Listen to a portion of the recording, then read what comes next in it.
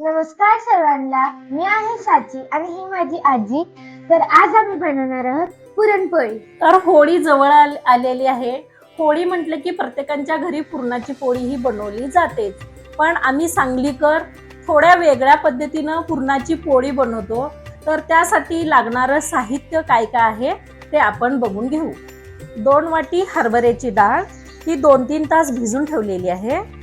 1.5 वाटी गूळ, 3 वाटी गव्हाचं पीठ, अर्धी वाटी मैदा, थोडं मीठ, जायफळ, वेलची पावडर, बडीशेपची भाजून वाटलेली पावडर ही, आणि थोडी हळद. हे झालं पुरणपोळीचे साहित्य. आता आपण कटाच्या आमटीचं साहित्य बघूया. कटाच्या आमटीसाठी लागणारं साहित्य: 10-12 लसूण पाकळ्या, थोडी कोथिंबीर, 2 चमचे चटणी, थोडं मीठ, खोबरं आणि अर्धा चमचा जिरं. तर सगळ्यात पहिला आपण ही डाळ आहे ती कुकरमध्ये घालूया आणि त्याच्या 5 शिट्ट्या काढून घेऊया. तर कुकरमध्ये ही भिजवलेली डाळ काढून घेऊया. यामध्ये थोडीशी हळद घालून घेऊया आणि थोडंसं पाणी घालून घेऊया आणि झाकून कुकरवर 5 शिट्ट्या करून घेऊया.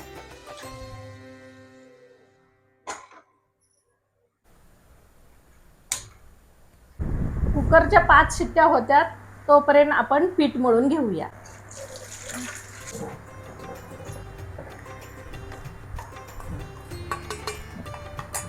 चला आता मैदा घालून घेऊ. सगळा घाल. थोडीशी हळद घाला. हां, बस पिवळा कलर येण्यासाठी. आता मीठ घालून घे 1 चमचा. हां, ते सगळं घाल.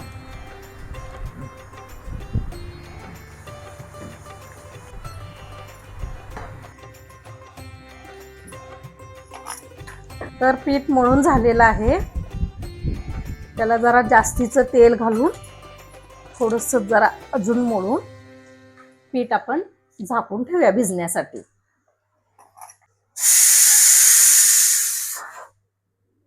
आपली डाळ शिजलेली आहे, पीठ पण मळून झालेलं आहे. आपली डाळ थंड व्हायला 5-7 मिनिटं लागेल. कुकर थंड व्हायला तोपर्यंत आपण आमटीचा मसाला वाटून घेऊ.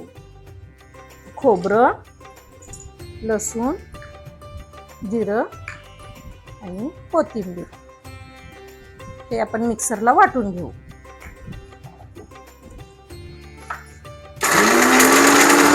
आपला मसाला वाटून झालेला आहे. आपली डाळ थंड झाली आहे. आता आपण ह्याच्यातलं पाणी काढून घेऊ.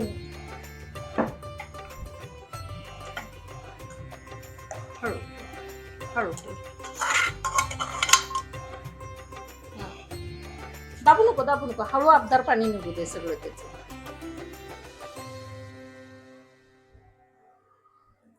तर डाळीतून पाणी आपण वेगळं करून घेतलेलं आहे. आता ही डाळ आपण कुकरमध्ये परत घालून घेऊ आणि त्यामध्ये गूळ, वेलची पावडर, बडीशेप पावडर, जायफळ थोडंसं किसून घालू, चिमूटभर मीठ घालू, सगळं एकत्र करून 5 मिनिटं शिजवून घेऊ.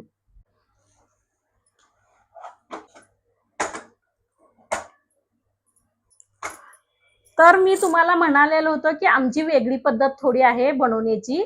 तर सगळीजण नेहमी काय करतात, डाळ शिजवून घेतात, मग ह्या जाळीमध्ये काढतात, मग ते वाटतात, त्याच्यानंतर बनवायला घेतात. तर मी तसं न करता हे जे पावभाजीचं ह्याला काय म्हणतात मला माहित नाहीये, ते एकजीव करतात ते शिजवतानाच असं घालते मी त्यात आणि असं फिरवत राहते. ते त्यामध्ये आपोआप एकजीव होऊन जातं आणि आपली पोळी पण झटझट होऊन जाते, फास्ट होते सगळं. पुरण पण जास्त वेळ लागत नाही आणि भांडीही जास्त पडत नाहीत.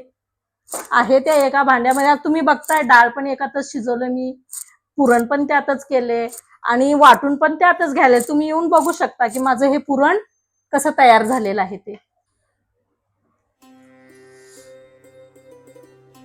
बघितलं ना कशी पेस्ट झालेली आहे, अगदीशी मऊ. अशीच असते की नाही तुमची पण? अगदी असं कमी वेळेत झट्ट दिशी अशी होऊन जाते. आता मी हे काय करणार आहे, हे मिश्रण थोडं गार होऊस तोपर्यंत आपला वेळ वाचवायचा आहे ना आपल्याला. हे गार होऊस तोपर्यंत आपण कटाची आमटी बनवून घ्यायची. तोपर्यंत हे पण गार होऊन जातं आणि आपल्या पोळ्या पण लगेच झटपट होऊन जातात. तर हे मी गार करायला बाजूला ठेवते.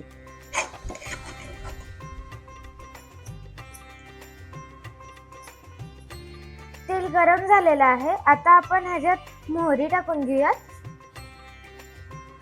जिरं टाकून घेऊयात, कढीपत्ता टाकून घेऊयात, लसूण टाकून घेऊयात आणि चटणी टाकून घेऊयात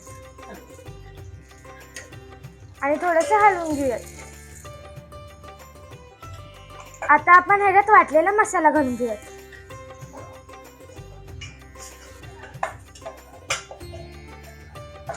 मसाला चांगला भाजून झाला आहे. आता आपण ह्याच्यात आहे ना ते जे आपण डाळीतनं पाणी काढलेलं ना ते टाकून घेऊया.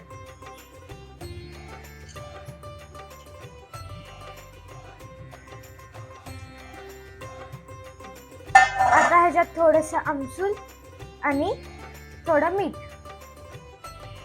आता ह्याला आपण थोडा वेळ हलवून घेऊया. आपली आमटी आहे ना तिथं शिजायला ठेवली आहे आणि आपण साईडला पुरण पण ठेवलेलं गार होण्यासाठी. गार तर झालंय. आता आपण ह्याचे पोळ्या लाटायला घेऊयात. आणि हो, ही वाली ट्रिक आहे ना वापरून बघा, एकदम मस्त होईल. जसं आपण ते घासत बसतो ना त्याच्यापेक्षा हे चांगलं. ट्राय करून बघा घरी.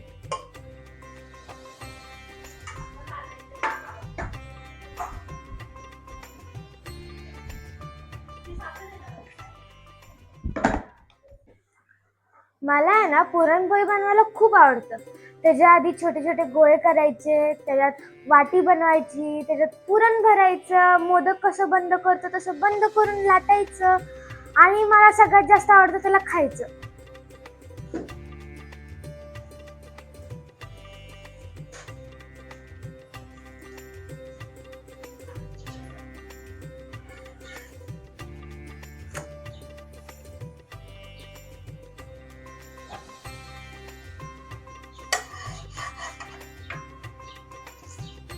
आमटी तयार झाली आहे. मस्तपैकी सुगंध सुटलाय आणि कट पण चांगला आलाय. वास तर भारी येतोय.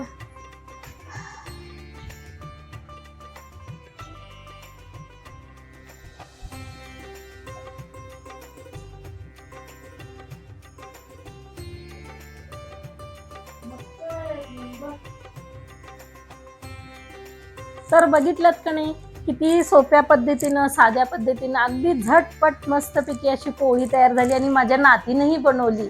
तुम्ही बघितलंच का नाही? तर तुम्हाला हा व्हिडिओ आवडला असेल तर लाईक करा,